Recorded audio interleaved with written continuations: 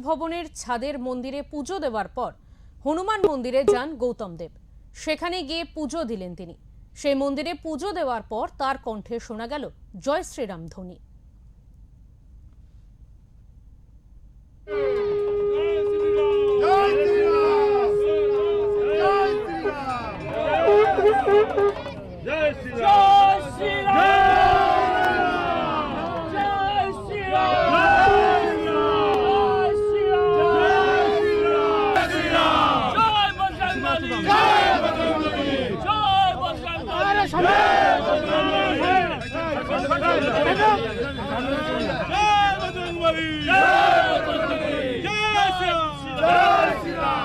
पवन पुत्र हनुमान की जय। पवन पुत्र हनुमान की जय। जय जय श्री राम। जय श्री राम। जय श्री राम। जय श्री राम। हर हर